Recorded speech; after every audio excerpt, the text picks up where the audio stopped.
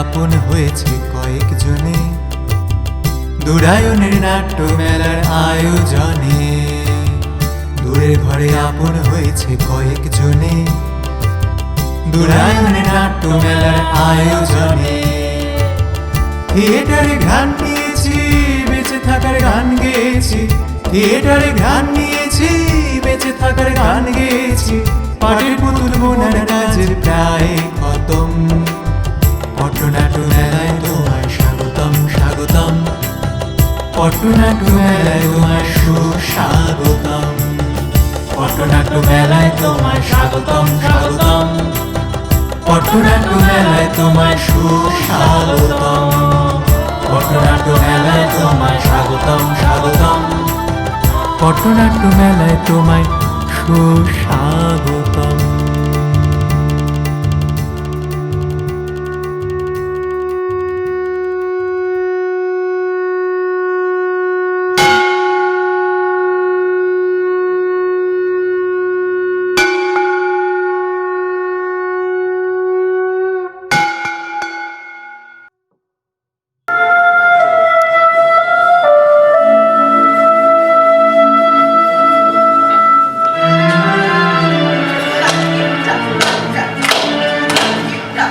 মাধব চতুর্বেদীর নৃত্যাঙ্গন।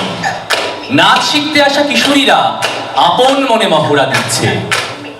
পাশে দূরে কোণঠাসা একটি মেয়ে দাঁড়িয়ে ওদের দেখে দেখে নাচ তোলার চেষ্টা করছে।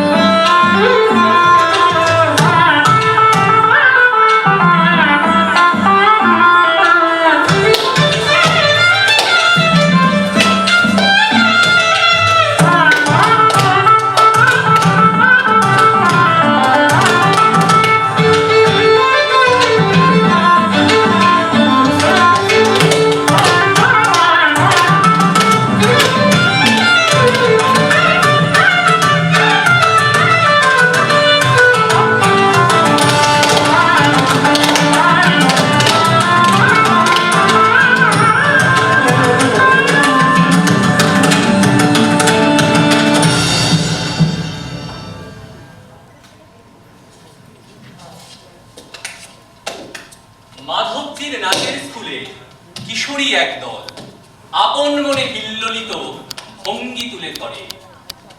ওদের দেখে মাহারদের মেয়েটি কোণঠাসা, ও যে শুধুই শিখতে চায় উঁচু জাতের ভাষা। গানের ফাঁকে একটি মেয়ে কোণঠাসাকে আঙুল তুলে বলে, কেন যে তুই গান আসিস রোজ, নাচের টানে গানের পিছু টানে। এই স্কুলে তো অপান্তেও, তবু আসিস যে রোজ। আছে কি কিছু মানে? অন্য এক সাজনী মেয়ে নাচ থামিয়ে দিয়ে কোণঠাসাকে হুল বিধিয়ে হাসে।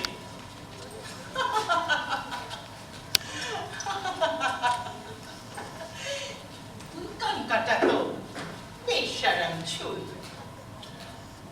তুই বড় সোজা মেয়ে প্রকৃতি মাহান। আমাদের দলে তোর ঠাই হয় নাকি? কাকের ময়ূর পুচ্ছ খোলে না বাহা। প্রকৃতি ওর কুকথা শুনে দু হাতে মুখ ঢাকে। মুচড়ে ওঠে জন্ম চাপা দুঃখগুলি আজও। তোমরা কেন অমন করে কষ্ট দাও বলো? তোমাদের তো অনেক আছে, অনেক সুখে সাজো। আমি গরিব মাহার মেয়ে একা, তোমার ভাষা শিখতে চাই, তোমার মতো নাচ। তোমরা যারা সোনা চামচ রূপো চামচ মেয়ে, তোমরা যারা বামুন মেয়ে আগুন রঙা আজ, আমি অনেক কষ্ট করে নকল করে দেখি ওই আগুনের ছিটে ফোটাও শিখতে পারি কিনা।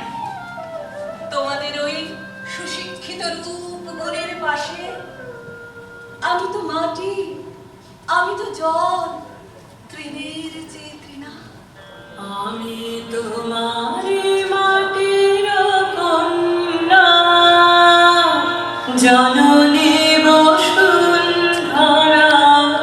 আমি তোমারি মাটির কন্যা, জননী বসুন্ধরা। তবে আমার মানব জন্ম কেন বঞ্চিত করা? জননী বসুন্ধরা, আমি তোমারি মাটির কন্যা, জননী বসুন্ধরা।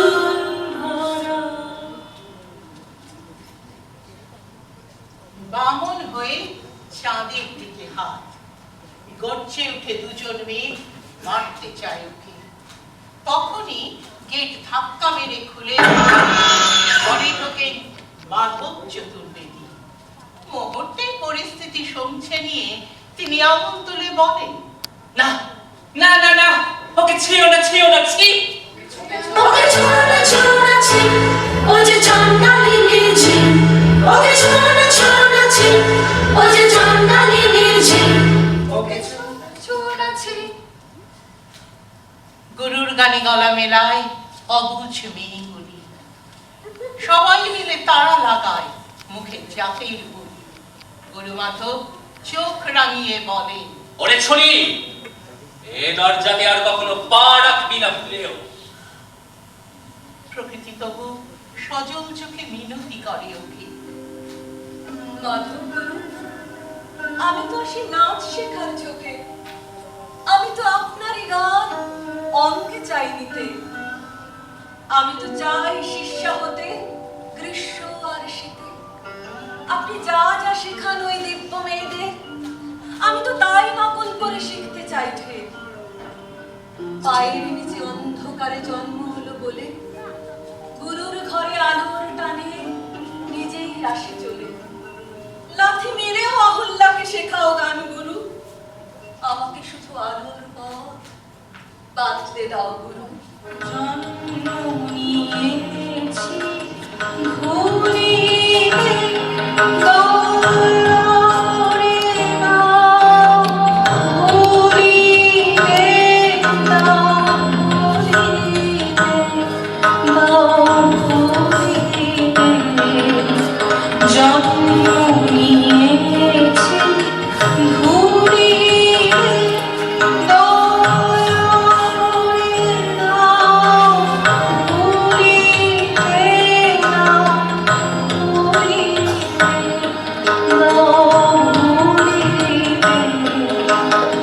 নাই ভুলি মোর অন্তরে, নাই নাই ভুলি মোর অন্তরে। গুরু মাধব মুখ বেঁকা, বাঁকায় অন্যরাও। জানিস তুই জন্মেছিস পঙ্গু আর খোঁড়া, জাতপাতের বিচার সব উঠিয়ে দিলে হবে? তোকেই যদি শেখাতে যাই কোথায় যাবে ওরা? শুনে রাখ ভালো করে তুই, এ দরজাতে আর কখনো পা রাখবি না ভুলেও, ভুলেও, ভুলেও। প্রকৃতি কাঁপে, অপমানের জ্বালায় কাঁদে মাটি। জাত পাতের উঠোনে আজও গান্ধীজির শব্দ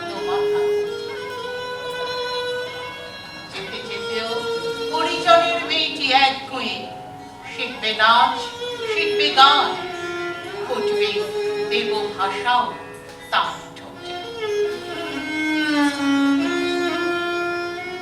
21 শতকে এসে ছোঁয়াছুঁই মানো, আমার একটি কথা মনে মনে জানো, আজ হরিজন বলে হেলা করো যাকে, কাল সেও প্রতিশোধে জ্বলে ওঠা জানে। ওগো গুরু, তুমি এত রামের পূজারি, জানো না কি কবিরের সাখিটির মানে?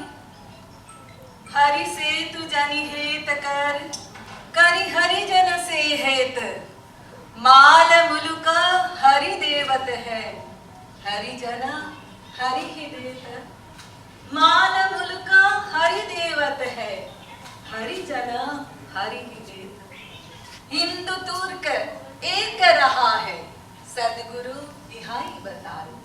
हिंदू तुर्क एक रहा है, सदगुरु इहाई बताई। कहे कबीर सुनह संतो, राम ना कहे ओ खुदाई। कहे कबीर सुनह संतो, राम ना कहे ओ खुदाई। जात गालो बोले एक ही आजो कारखाना। जात गालो बोले সত্য কাজে কেউ নাই রাজি, সত্য কাজে কেউ নাই রাজি, সবই না। জাত গেল বলে একই আজব কারখানা। জাত গেল বলে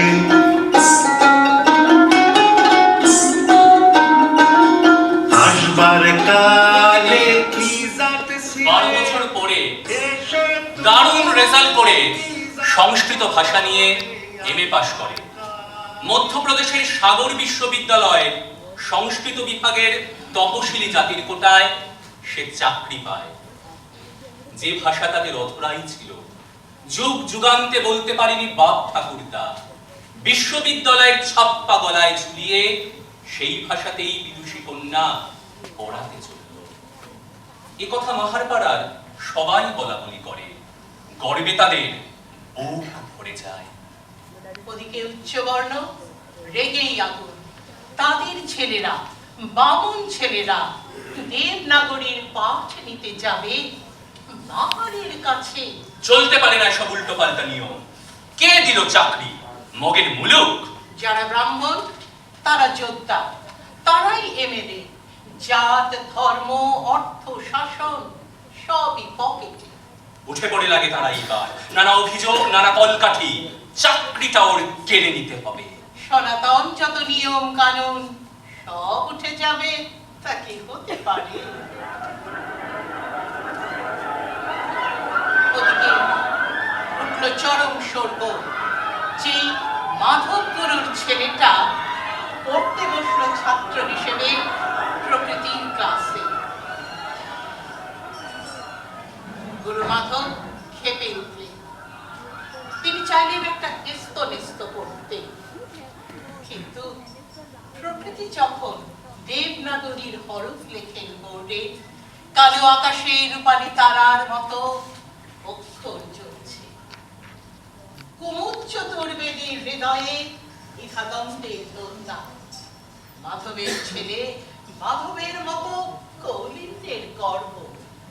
তবু মনে হয় মাহার দিদিটা পড়ায় যখন, তখনই সংস্কৃতের শ্লোকগুলি যেন আরো ভাষা পায় ছন্দে। ছাত্রছাত্রী একদল তাকে পছন্দ করে গোপনে।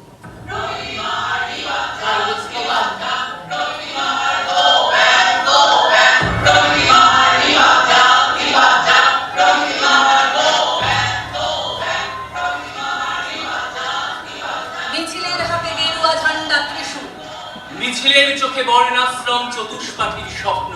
মিছিল ঘিরছে মাহার মেয়ের চাকরি। মিছিলে কাঁপছে মাহার জীবন মৃত্যু। কাগজে খবর হচ্ছে এনডিটিভির চ্যানেলে। tehelka.com-এর লোকেরা খুঁজছে আসল ঘটনা। লড়াকু মেয়েটি গ্রামের লোককে ডাকছে। ওরা তো কিছুতে বোঝে না কিভাবে লড়বে। বন্ধুদের সঙ্গে? মাহার পাড়ার লোকেরা কখনো ইউনিভার্সিটি দেখেনি? এত যে কষ্ট করেছে এখানে আসতে প্রকৃতি মাহার, তবুও লড়াই শেষ হয় না যে। গান গেয়ে ওঠে বিষাদ কন্যা একলা ঘরের কোনায়।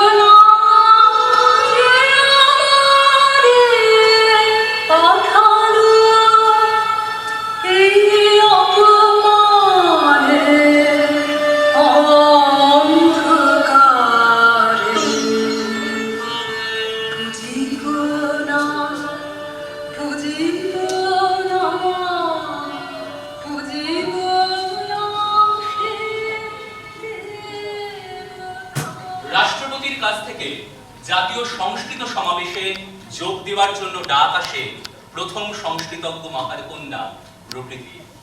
আনন্দে উদ্বেল হয়ে সে দিল্লি যায়।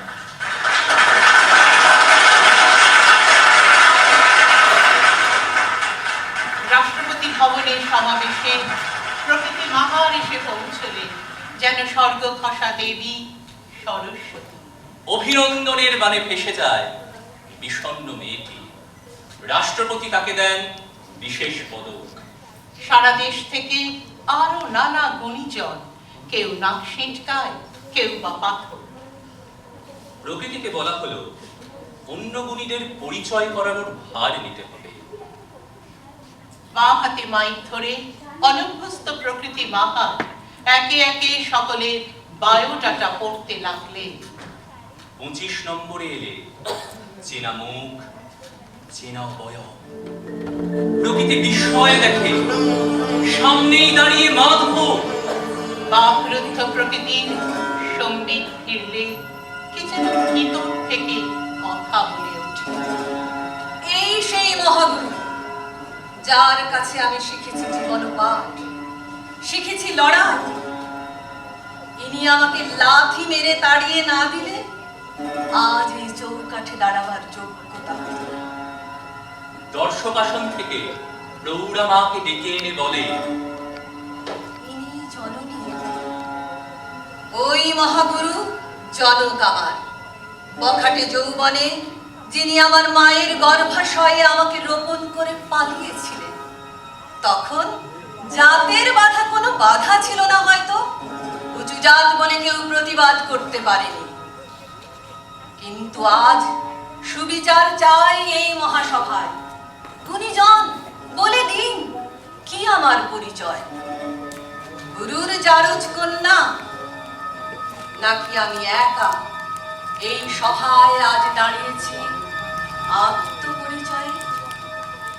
প্রকৃতি মাহার ও মাধব চতুর্বেদীকে নিয়ে ক্যামেরাম্যানদের পুরোপুরি পড়ে যায়। মঞ্চে চাঞ্চল্য, মাধব পথবদ। রাষ্ট্রপতি এগিয়ে এসে প্রকৃতির মাথায় হাত রাখে। আমি তোমারি মাটির কন্যা, জননী বসুন্ধরা। আমি তোমারি মাটির কন্যা। এই মেয়ে আমাদের নতুন ভারত। এই মেয়ে আমাদের আগুন প্রতিভা। তার সব অপমান আগুনে পুড়েছে। নিখাত সোনার মতো প্রকৃতি মাহা। আজ তার জন্য আমরা গর্ব বোধ করি। প্রকৃতি স্বয়ং সিদ্ধা আত্মপরিচয়। এই মেয়ে স্বদেশের নতুন পতাকা। এই মেয়ে স্বদেশের নতুন পতাকা। এই মেয়ে স্বদেশের নতুন পতাকা। এই মেয়ে স্বদেশের নতুন পতাকা।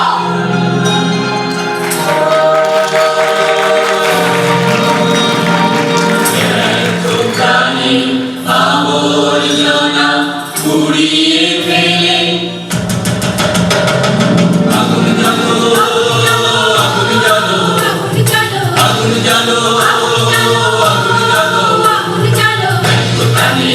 আবর্জনা পুড়িয়ে ফেলে আগুন জ্বালো আগুন জ্বালো আগুন জ্বালো আগুন জ্বালো আগুন জ্বালো আগুন জ্বালো আগুন জ্বালো একলা রাতের অন্ধকারে আমি চাই পথের আলো একলা রাতের অন্ধকারে আমি চাই পথের আলো আগুন জ্বালো আগুন জ্বালো আগুন জ্বালো আগুন জ্বালো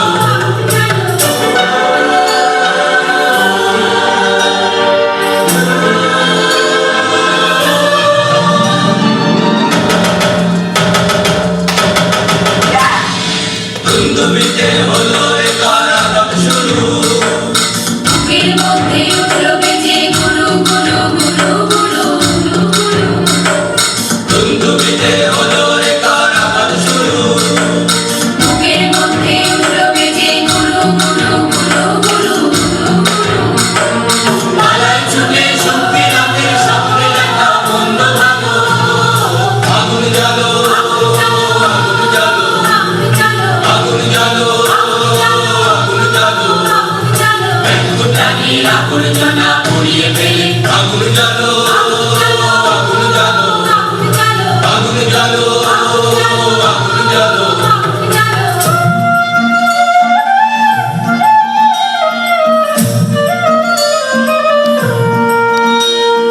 নিরুদ্দেশের পথিক আমায় ডাক দিলে কি দেখতে তোমায় না যদি পাই নাই বা দেখি নিরুদ্দেশের পথিক আমায় ডাক দিলে কি দেখতে তোমায় না যদি পাই নাই বা দেখি ভিতর থেকে বুঝিয়ে দিলে চাওয়া পাওয়া আপনাকে মনে লাগিয়ে দিলে ঝড়ের হাওয়া ভিতর থেকে বুঝিয়ে দিলে চাওয়া পাওয়া আপনাকে মনে লাগিয়ে দিলে ঝড়ের হাওয়া মাত্র শিকায় এক পলকে ধীরে ধীরে সাদা কালো আগুন জ্বালো আগুন জ্বালো আগুন জ্বালো আগুন জ্বালো আগুন জ্বালো আগুন জ্বালো প্রাণীর আবর্জনা পুড়িয়ে ফেলে